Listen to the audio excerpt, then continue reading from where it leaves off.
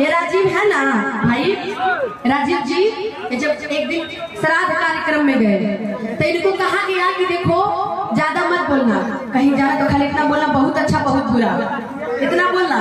तो ये श्राद्ध के कार्यक्रम में गए, बोले कि देखो मार नहीं खाओगे, खाली दो ही वर्ड बोलना, ज्यादा मत बोलना, ज्यादा बोलोगे तो मार खाओगे, दो ही वर्ड बोला, या तो बहुत अच्छा है तो बहुत बुरा। तो ये वो श्राद्ध कार्यक्रम में गए, साथ में सन्नी भी था। हाँ, इस श्राद्ध कार्यक्रम में गए, वहाँ लाश रखी है, लोगों ने पूछा कि भैया है ना, भैया हम बहुत दुखी हैं, तो ये कहते हैं कि बहुत अच्छा हुआ, बहुत जब उठे नहीं। उसके बाद वो शादी कार्यक्रम में गए, देखने शादी होता, दूल्हा के लड़का से कहते रहे कि बहुत बुरा। ये राजा हो, ये राजा हो, क्या लगवाएंगे मेरे लिए? कूलर। अनकेश कितना मानता है मुझे ऐसे ही लगवाएगा, सीखिए उससे। आप कूलर पे लटक जाइएगा, और चाचा को पंखा नहीं लगवाएंगे मेरा लिए, और ऐसी कहना रहे अभी पहले चाचा लगवाएंगे। ये राजा हो हमारा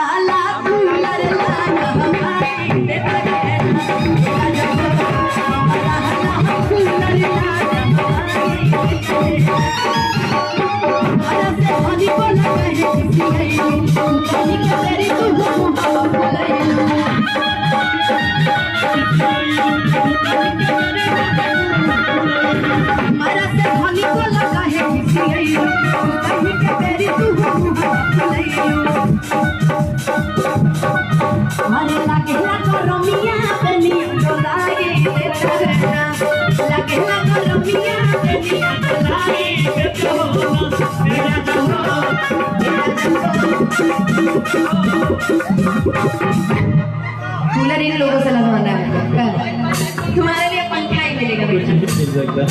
ये राजा हो, क्या चाहिए? एसी। गा के बता पगली, ये पगला गा के बताओ।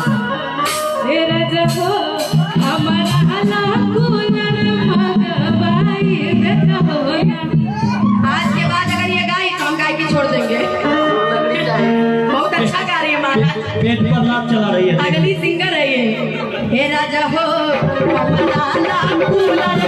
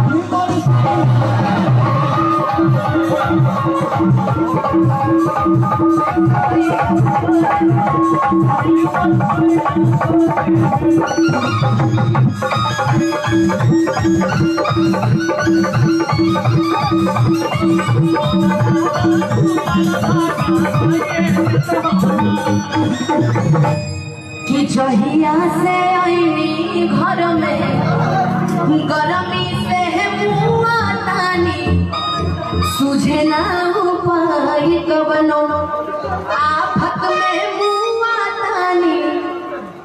कन्या कौन तरीके सुनी, जब से रवा बियाह करके ले लेबल, अच्छा तेरे बियाह भइल बा? और बियाह भइल अच्छा ना भइल, कल ये समय खत्म होती है। बाबा के कौन देखिए हंसने की बात नहीं है, ये हमारे सीनियर सिटीजन हैं और इनकी बातें हमेशा माननी चाहिए। आज में इंटरटेनमेंट करेंगे तो कौन इनके लिए तो एक ही गाना याद आ रहा है, कि दर्द दिल के बढ़ाते गलियों, कि दर्द दिल के बढ़ाते गलियों,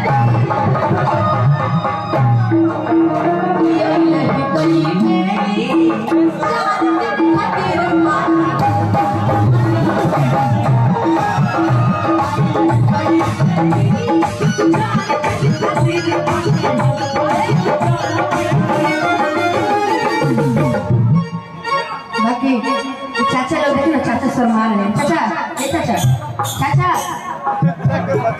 चाचा चाचा अरे सीधी बोले यार नहीं आता बात देखो कि रउआ के